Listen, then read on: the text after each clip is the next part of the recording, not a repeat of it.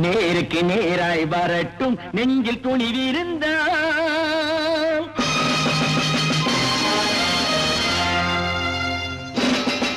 நேருக்கு நேராய் வரட்டும் நெஞ்சில் துணிவிருந்தால், என் கேள்விக்கு பதிலை தரட்டும் நேர்மை திறம் இருந்தால், நேர்மை திறம் இருந்தால். என் கேள்விக்கு பதிலை தரட்டும் நேர்மை திறம் இருந்தால், நேர்மை திறம் இருந்தால்.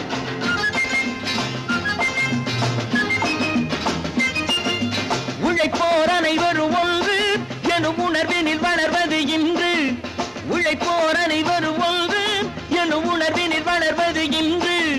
வலியோர் ஏழையை வாட்டிடும் கொடுமை இனி ஒரு நாளும் நடக்காது, இனி ஒரு நாளும் நடக்காது. நேருக்கு நேராய் வரட்டும் நெஞ்சில் துணிவிருந்தால், நெஞ்சில் துணிவிருந்தால்.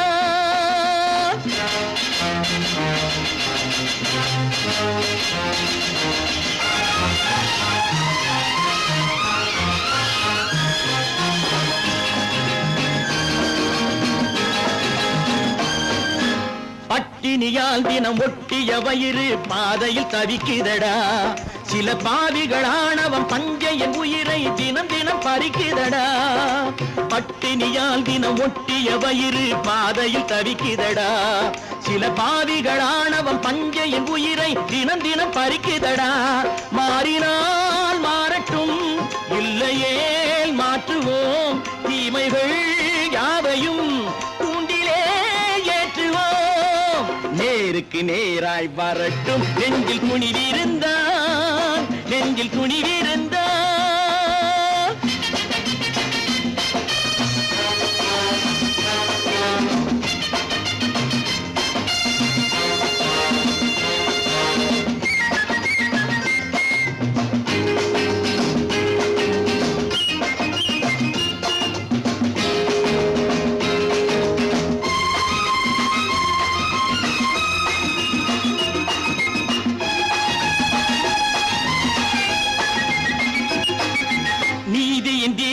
ஏந்திய கைகளில் லட்சிய பயணம் இது, இதில் சத்திய சோதனை எத்தனை நேரினும் தாங்கிடும் இதயம் இது.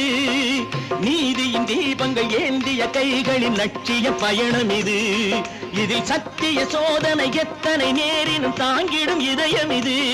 அண்ணனின் பாதையில் வெற்றியே காணலாம், அண்ணனின் பாதையில் வெற்றியே காணலாம். தர்மமே கொள்கையாய் நாடெல்லாம் காக்கலாம். நேருக்கு நேராய் வரட்டும் நெஞ்சில் துணிவிருந்தால், நெஞ்சில் துணிவிருந்தால்.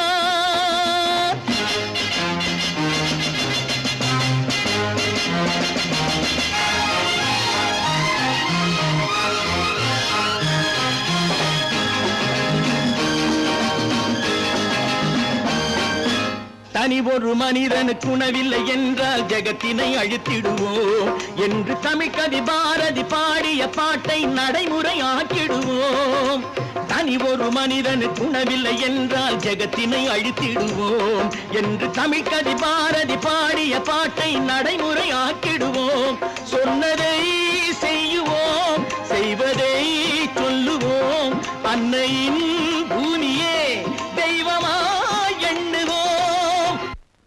அன்புடன் வணக்கம். தமிழக மக்களுக்கும்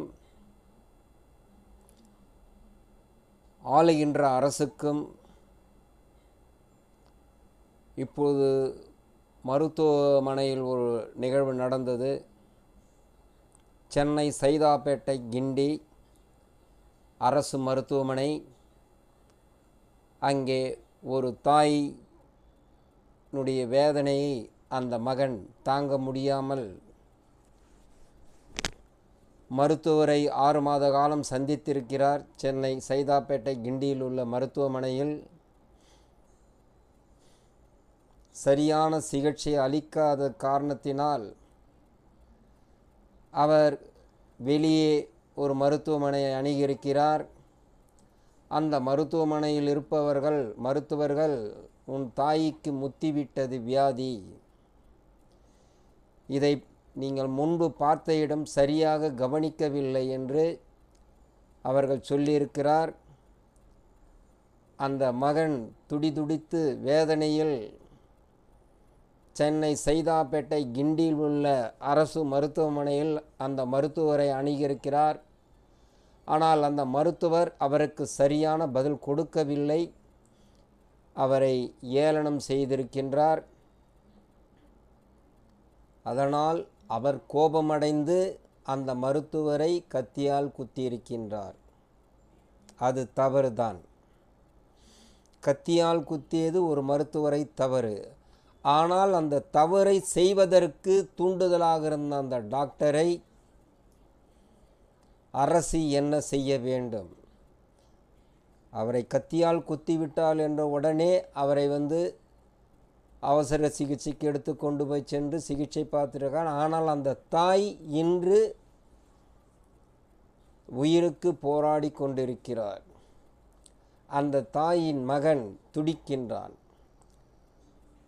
மாண்புமிகு தமிழக முதல்வர் அவர்களை நான் பணிவுடன் வணங்குகிறேன்.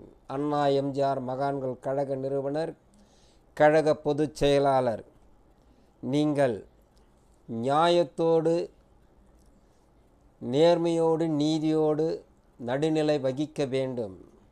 உங்கள் சுகாதார அமைச்சர் அங்கே மருத்துவர்களுக்கு ஆறுதல் சொல்லியிருக்கின்றார். அந்த பாதிக்கப்பட்ட மகனுக்கு என்ன ஆயிற்று அந்த தாய்க்கு?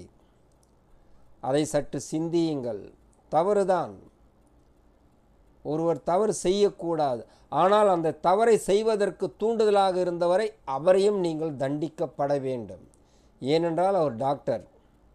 உடனடியாக மருத்துவர்கள் அன்று போராட்டம் நடத்தினார்கள். நான் கடந்த ஒரு 2 மாதங்களுக்கு முன்பு அதே மருத்துவமனை நான் சென்று என்னுடைய முட்டி வலிக்காக சென்றேன். அங்கே சென்றிருக்கும்போது நுழைவு வாயில் சீட்டு கொடுக்கின்ற பொழுதே ஒருவருக்கு இந்த இடத்தில்தான் பார்க்க வேண்டும் என்று பிரித்து கொடுப்பார்கள்.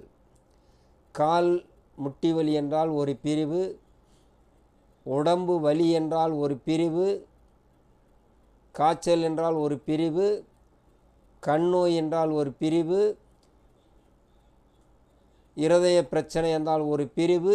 இப்படி பல பிரிவாக மருத்துவமனையில் அவர்கள் அந்த நுழைவு சீட்டிலே பிரித்து கொடுப்பார்கள். ஆனால் அங்கே அப்படி அல்ல. அவர்கள் நுழைவாய் சீட்டை கொடுத்தவுடன் கும்பலோடு கோயந்தாவா நிற்க வச்சிட்டாங்க. கிட்டத்தட்ட ஒரு 300 சகோதரர்கள் நிற்கிறாங்க.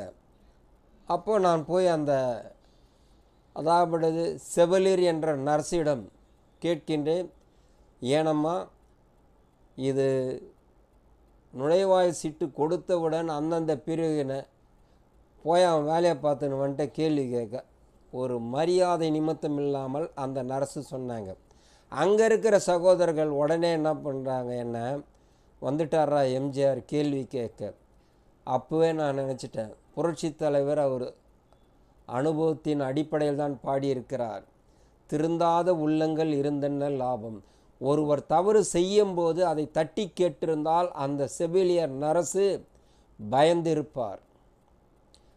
இவர்கள் கேட்காமல் அவர்களுக்கு ஆதரவு கொடுத்ததனால் அந்த நரசு செவிலியர் தவறு செய்யப்படுகிறார். அதை போன்றுதான். அது மட்டுமல்ல, முட்டி வலிக்கு டாக்டர் இருக்கிறாங்க, டாக்டர் இல்லவே இல்லை, ஒரே டாக்டர்ன்றாங்க. 1 வாரம் பொறுத்து வான்றாங்க. 1 வாரம் பொறுத்து போய் அந்த டாக்டரை போய் பார்த்து நான் கேட்டால், நான் ஒருத்தர் தாங்க அப்படின்னா, அவ்வளோ பெரிய வளாகத்தை கட்டிவிட்டு அந்த மருத்துவமனை கிண்டி சைதாப்பேட்டையில் உள்ள மருத்துவமனை முட்டி வலிக்காக ஒரே ஒரு டாக்டர். இந்த ஏன் குறிப்பிடுகிறேன் என்றால், நிர்வாகத்தில் நடக்கின்ற தவறுதான் வருகின்ற நோயாளிகள் அவர்களுக்கு மனம் உளைச்சல் பாதிப்பு ஏற்படுகின்றது. அந்த நபர் அந்த மருத்துவரை கத்தியால் குத்தியது மாபெரும் தவறு. அதை நான் ஒப்புக்கொள்ள மாட்டேன். ஆனால் அந்த தாயாரை அழைத்து வந்து அந்த மருத்துவரை அணுகும்போது அவர் எப்படி அந்த நோயாளிகளுக்கு பக்குவமாக எளிமையாக அவர்களிடத்தில் சொல்ல வேண்டும். அவர்கள் உடல் நோயை எப்படி தீர்க்க வேண்டும் என்று மருத்துவர்கள் ஒரு தாயாக இருந்து பாதுகாக்கப்பட வேண்டும். ஆனால் அவர்கள் தாயாக பார்ப்பதில்லை, பேயாக தான் நடந்து கொள்கிறார்கள். அதிகாரம் அவர் கையில் இருப்பதனால் வருகின்ற நோயாளியை துட்சதனமாக மதிக்கக்கூட அவர்களுக்கு நேரம் இல்லை. மீண்டும் தமிழக முதல்வர் அவர்களை அண்ணா எம்ஜிஆர் மகாநல் கழகத்தின் சார்பாக நடந்தது தவறுதான், அதை நியாயப்படுத்தவே முடியாது. ஆனால் மருத்துவர்கள் இப்படிதான் இருக்க வேண்டும், நோயாளியிடத்தில் நீங்கள் ஒரு உத்தரவை பிறப்பிக்க வேண்டும். அவர்கள் ஏதாவது குறைகள் எடுத்து சொன்னால் உடனடியாக உங்களை பணியிடம் நீக்கம் தற்காலிகமாக நடைபெற என்று சொல்லி உத்தரவை நீங்கள் பிறப்பித்தீர்களேயானால் அனைத்து துறையில் இருக்கின்ற அதிகாரிகளிலிருந்து மருத்துவரிலிருந்து பயப்படுவார்கள். இப்போ எல்லா துறையிலும் தான் தோன்றித்தனம் தான் தலைவிரித்து ஆடுகின்றது. அந்த தாயுடைய மகன் தன் தாய் வேதனைப்படுகிறான் என்ற ஒரு மனவேதனையால் நடந்த ஒரு கோபத்தில் வந்த ஒரு தவறுதான் அந்த மருத்துவரை கத்தியால் குத்தினான். அதை நான் நியாயப்படுத்த விரும்பவில்லை. அதே நேரத்தில் அதற்கு உறுதுணையாக இருந்த அந்த டாக்டரையும் நீங்கள் தண்டிக்க வேண்டும். அவர் உடல்நலம் பெற்றவுடன் அவரை பணியிடம் நீக்கம் செய்ய வேண்டும். ஒரு மாத காலம் 2 மாத காலம், அதுதான் நீதி, அதுதான் நியாயம், அதுதான் தர்மம். அப்பொழுதுதான் அனைத்து துறையும் சீராக செயல்படும். மீண்டும் தமிழக முதல்வர் அவர்களை பணிவன்புடன் வேண்டுகிறேன், இந்த காணொளி மூலமாக யாராவது ஒரு பார்த்து தமிழக முதல்வரிடம் காண்பித்தால் அதை உடனடியாக 2 பக்கம் தீர்வு கண்டு 2 பேருக்கும் தண்டனை கொடுங்கள். பிறகு யாரும் அந்த தவறை செய்ய மாட்டார் என்று சொல்லி பணிவுடன் மாண்புமிகு தமிழக முதல்வருக்கு விண்ணப்பித்துக் கொள்கிறேன்.